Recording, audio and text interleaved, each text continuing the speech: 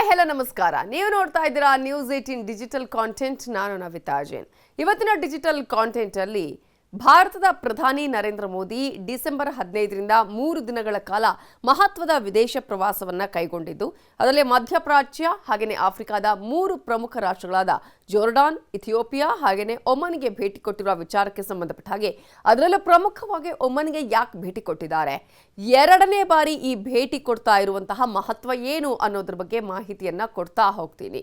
ಅದರ ಬಗ್ಗೆ ನಾವು ಮಾಹಿತಿಯನ್ನು ಕೊಡೋದಕ್ಕಿಂತ ಮುಂಚೆ ನಮ್ಮ ನ್ಯೂಸ್ 18 ಕನ್ನಡದ ಯೂಟ್ಯೂಬ್ ಚಾನಲ್ ಅನ್ನ ಸಬ್ಸ್ಕ್ರೈಬ್ ಮಾಡಿಲ್ಲ ಅಂತ ಹೇಳಿದ್ರೆ ದಯವಿಟ್ಟು ಸಬ್ಸ್ಕ್ರೈಬ್ ಮಾಡಿ, ಹಾಗೆ ಲೈಕ್ ಮಾಡಿ, ಶೇರ್ ಮಾಡಿ. ಜೊತೆಗೆ ನಮ್ಮ ಇನ್ಸ್ಟಾಗ್ರಾಮ್ ಪೇಜ್ ಹಾಗೆಯೇ ಫೇಸ್ಬುಕ್ ಪೇಜ್ ಅನ್ನು ಕೂಡ ಫಾಲೋ ಮಾಡೋದನ್ನ ಮರಿಬೇಡಿ. ಈಗಾಗಲೇ ನಾನು ಹೇಳಿದಾಗೆ ಪ್ರಧಾನಿ ನರೇಂದ್ರ ಮೋದಿಯವರ ಈ 3 ದೇಶಗಳ ಪ್ರವಾಸ ಬಹಳ ಇಂಪಾರ್ಟೆಂಟ್. ಅದರಲ್ಲೂ ಪ್ರಮುಖವಾಗಿ ಒಮನ್ಗೆ ಅವರು ಭೇಟಿ ಕೊಟ್ಟಿರೋದು, ಅಲ್ಲಿ ದ್ವಿಪಕ್ಷೀಯ ಸಂಬಂಧ ಹಾಗೆಯೇ ಆರ್ಥಿಕ ಸಹಕಾರವನ್ನು ಬಲಪಡಿಸೋದು ಈ ಒಂದು ಪ್ರವಾಸದ ಪ್ರಮುಖ ಉದ್ದೇಶ ಅಂತ ಹೇಳಲಾಗಿದೆ.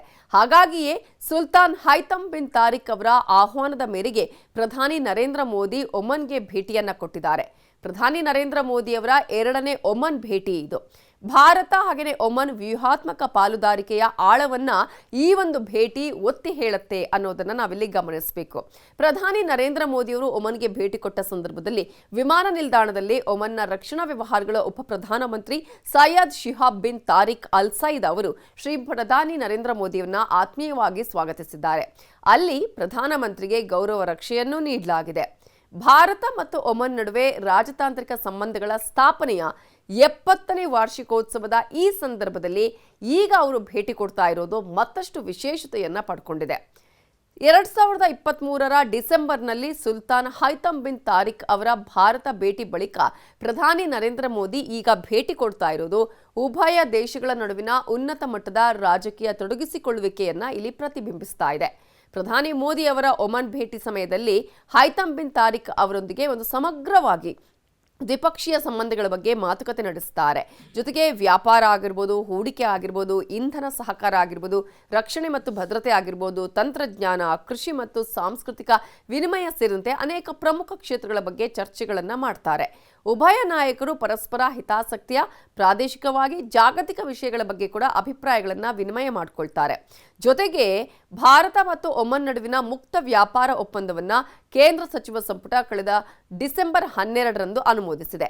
ಪ್ರಸ್ತಾವಿತ ಭಾರತ ಒಮನ್ ಸಮಗ್ರ ಆರ್ಥಿಕ ಪಾಲುದಾರಿಕೆ ಒಪ್ಪಂದ ಅಂತ ಹೇಳಿದರೆ CEPA ಈ ಭೇಟಿಯ ಕೇಂದ್ರ ಬಿಂದು. ಇದೀಗ ಮಾತುಕತೆಗಳು ಬಹುತೇಕವಾಗಿ ಪೂರ್ಣಗೊಂಡಿದ್ರೂ ಕೂಡ ಎರಡೂ ಕಡೆಯಿಂದ ಅನುಮೋದನೆಗಳು ಈಗಾಗಲೇ ದೊರೆತಿದೆ. ಸೊ ಇನ್ನು ಈ ಒಂದು ಒಪ್ಪಂದದ ಬಗ್ಗೆ ನಾವು ನೋಡ್ತಾ ಹೋಗೋದಾದ್ರೆ, ಭಾರತೀಯ ವ್ಯವಹಾರಗಳಿಗೆ, ವ್ಯಾಪಾರಕ್ಕೆ, ಹೂಡಿಕೆ ಮತ್ತು ಅವಕಾಶಗಳನ್ನು ಗಮನವಾಗಿ ವಿಸ್ತರಣೆ ಮಾಡುವಂತಹ ಒಪ್ಪಂದ ಅಂತಾನೆ ಹೇಳಬಹುದು. ಆರ್ಥಿಕತೆಯ ಹೊರತಾಗಿ ರಕ್ಷಣೆ ಮತ್ತು ಕಾರ್ಯತಂತ್ರದ ಸಹಕಾರ ಕೂಡ ಒಂದು ದೊಡ್ಡ ಮಟ್ಟದಲ್ಲಿ ಈ ಚರ್ಚೆಯಲ್ಲಿ ಪಾಲ್ಗೊಳ್ಳಲಾಗುತ್ತೆ. ಜೊತೆಗೆ ಹಾರ್ಮುಜ್ ಜಲಸಂಧಿಯ ಬಳಿ ಇರೋ ಒಮನ್ನ ಸ್ಥಳ, ಡುಕ್ಮು ಬಂದರಿಗೆ ಭಾರತದ ಪ್ರವೇಶ ಮಾಡುವಂತಹ ವಿಚಾರ, ಜಾಗ್ವಾರ್ ಫೈಟರ್ ಜೆಟ್ ಬಿಡಿಭಾಗಗಳ ನಿರೀಕ್ಷಿತ ಟ್ರಾನ್ಸ್ಫರ್ಗೆ ಆಳವಾದ ಭದ್ರತಾ ಪಾಲುದಾರಿಕೆಯನ್ನು ಕೂಡ ಈ ಒಂದು ಭೇಟಿ ಒತ್ತಿ ಹೇಳುತ್ತೆ. ಇನ್ನು ಕೊಲ್ಲಿ ಹೆಜ್ಜೆ ಗುರುತನ್ನು ಬಲಪಡಿಸ್ತಾ ಇದ್ದಂತೆ ಒಮನ್ ಸ್ಥಿರ ಹಾಗೆಯೇ ಪ್ರಮುಖ ಮಿತ್ರ ರಾಷ್ಟ್ರವಾಗಿ ಹೊರಹೊಮ್ಮೋದ್ರಲ್ಲಿ ಯಾವುದೇ ರೀತಿಯ ಅನುಮಾನ ಬೇಡ. ಇನ್ನು ಪ್ರಧಾನಿ ಮೋದಿ ಒಮನ್ನಲ್ಲಿ ಭಾರತೀಯ ವಲಸಿಗರ ಸಭೆಯನ್ನೂ ಕೂಡ ಮಾಡ್ತಾರೆ, ಅವರನ್ನ ಉದ್ದೇಶಿಸಿ ಮಾತನಾಡ್ತಾರೆ.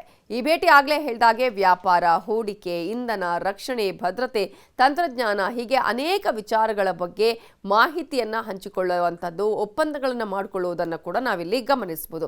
ಆಗಲೇ ಹೇಳಿದಾಗೆ CEPA ಅಂದರೆ ಸಮಗ್ರ ಆರ್ಥಿಕ ಪಾಲುದಾರಿಕೆ ಒಪ್ಪಂದ ಅಂತ ಕರೆಯಲ್ಪಡುವ ಈ ಒಪ್ಪಂದ ನವೆಂಬರ್ 2023ರಲ್ಲಿ ಔಪಚಾರಿಕವಾಗಿ ಆರಂಭ ಆಗಿ ಈ ವರ್ಷ ಆ ಮಾತುಕತೆಗಳೆಲ್ಲವೂ ಕೂಡ ಕಂಪ್ಲೀಟ್ ಆಗಿದೆ. ಗಲ್ಫ್ ಸಹಕಾರ ಮಂಡಳಿ ಅಂದರೆ GCC ದೇಶಗಳಲ್ಲಿ ಭಾರತಕ್ಕೆ ಒಮನ್ 3ನೇ ಅತಿ ದೊಡ್ಡ ರಫ್ತು ತಾಣ ಆಗಿರೋದು.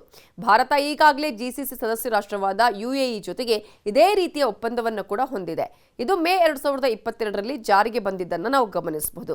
ಇನ್ನು 2024-25ರಲ್ಲಿ ಭಾರತ ಒಮನ್ ದ್ವಿಪಕ್ಷೀಯ ವ್ಯಾಪಾರ ಸುಮಾರು $10.5 ಬಿಲಿಯನ್ ಆಗಿತ್ತು. ಅಂದ್ರೆ $4 ಬಿಲಿಯನ್ ರಫ್ತು ಹಾಗೆಯೇ $6.54 ಬಿಲಿಯನ್ ಆಮದನ್ನ ಹೊಂದಿದೆ. ಭಾರತದ ಪ್ರಮುಖ ಆಮದುಗಳಲ್ಲಿ ಪೆಟ್ರೋಲಿಯಂ ಉತ್ಪನ್ನಗಳು ಮತ್ತು ಯೂರಿಯಾ ಇರೋದು. ಈ ಆಮದುಗಳಲ್ಲಿ 70%ಗಿಂತ ಹೆಚ್ಚು ಇರೋದನ್ನು ಕೂಡ ನಾವಿಲ್ಲಿ ಗಮನಿಸಬಹುದು. ಇನ್ನು ಪ್ರಮುಖ ಉತ್ಪನ್ನಗಳಾಗಿರುವಂತಹ ಪ್ರೊಪಿಲೀನ್ ಹಾಗೆಯೇ ಎಥಿಲೀನ್, ಪಾಲಿಮಾರ್ಗಳು, ಪೆಟ್ ಕೋಕ್, ಜಿಪ್ಸಮ್, ರಾಸಾಯನಿಕಗಳು, ಕಬ್ಬಿಣ, ಉಕ್ಕು ಮತ್ತು ಅನಿಯಂತ್ರಿತ ಅಲ್ಯೂಮಿನಿಯಂ ಅನ್ನು ಕೂಡ ನಾವಿಲ್ಲಿ ಗಮನಿಸಬೇಕಾಗುತ್ತೆ ಆಮದು ವಿಚಾರದಲ್ಲಿ. ಹಾಗೆಯೇ ಭಾರತದಿಂದ ಒಮನ್ಗೆ ರಫ್ತಾಗುವ ಪ್ರಮುಖ ವಸ್ತುಗಳು ಅಂತ ಹೇಳಿದ್ರೆ ಖನಿಜ, ಇಂಧನಗಳು, ರಾಸಾಯನಿಕಗಳು, ಅಮೂಲ್ಯ ಲೋಹಗಳು, ಕಬ್ಬಿಣ ಹಾಗೆಯೇ ಉಕ್ಕು, ಧಾನ್ಯಗಳು, ಹಡಗುಗಳು, ದೋಣಿ ಹಾಗೆಯೇ ತೇಲುವ ರಚನೆ ಆಗಿರ್ಬೋದು, ವಿದ್ಯುತ್ ಯಂತ್ರೋಪಕರಣಗಳು, ಬಾಯ್ಲರ್ಗಳು, ಚಹಾ, ಕಾಫಿ, ಮಸಾಲೆ, ಉಡುಪು ಹಾಗೆಯೇ ಆಹಾರ ಪದಾರ್ಥಗಳು ಅಂತ ನಾವು ಗಮನಿಸಬೇಕಾಗತ್ತೆ. ಒಮಾನ್ ಭೇಟಿ ಈ ನಿಯಮಿತ ರಾಜತಾಂತ್ರಿಕ ಪ್ರವಾಸಕ್ಕಿಂತ ಹೆಚ್ಚಿನ ಮಹತ್ವ ಪಡ್ಕೊಂಡಿದ್ದು ಯಾಕೆ ಅಂತ ಹೇಳಿದ್ರೆ ಪ್ರಾದೇಶಿಕ ಅನಿಶ್ಚಿತತೆಗಳಿರುವಂತಹ ಸಂದರ್ಭದಲ್ಲಿ, ಸುಂಕದ ಯುದ್ಧಗಳು, ಸಂಘರ್ಷಗಳು ಆಗ್ತಾ ಇರುವ ಸಂದರ್ಭದಲ್ಲಿ, ಇಂಧನ ಪರಿವರ್ತನೆಗಳ ವಿಚಾರದಲ್ಲಿ ಆಗಿರ್ಬೋದು, ಉದಯೋನ್ಮುಖ ಸಂಪರ್ಕ ಕಾರಿಡಾರ್ಗಳ ನಡುವೆ ಎರಡೂ ರಾಷ್ಟ್ರಗಳು ತಮ್ಮ ಪಾಲುದಾರಿಕೆಯನ್ನು ಬಲಪಡಿಸೋದಕ್ಕೆ ಪ್ರಯತ್ನಿಸ್ತಾ ಇರುವಂತಹ ನಿರ್ಣಾಯಕ ಸಮಯದಲ್ಲಿ ಪ್ರಧಾನಿ ಮೋದಿಯವರ ಈ ಭೇಟಿ ಒಂದು ಪ್ರಚಂಡ ಭೌಗೋಳಿಕ ರಾಜಕೀಯ ಏರಿಳಿತದ ನಡುವೆಯೂ ವಿಶೇಷವಾಗಿ ಗಾಜಾ ಕದನ ವಿರಾಮದ ನಂತರ ಚಾಲ್ತಿಯಲ್ಲಿರುವ ಈ ಅನಿಶ್ಚಿತತಾ ಶಾಂತಿಯ ನಡುವೆಯೂ ಕೂಡ ಆಗ್ತಾ ಇರುವುದು ಬಹಳ ಇಂಪಾರ್ಟೆಂಟ್ ಅಂತಾನೆ ಹೇಳಬೇಕಾಗತ್ತೆ. ಭೌಗೋಳಿಕ ಸಾಮೀಪ್ಯ ಅಥವಾ ಐತಿಹಾಸಿಕ ಸಂಬಂಧಗಳನ್ನು ಕೂಡ ಈ ಒಂದು ಭೇಟಿ ಮೀರಿರುವಂಥದ್ದು.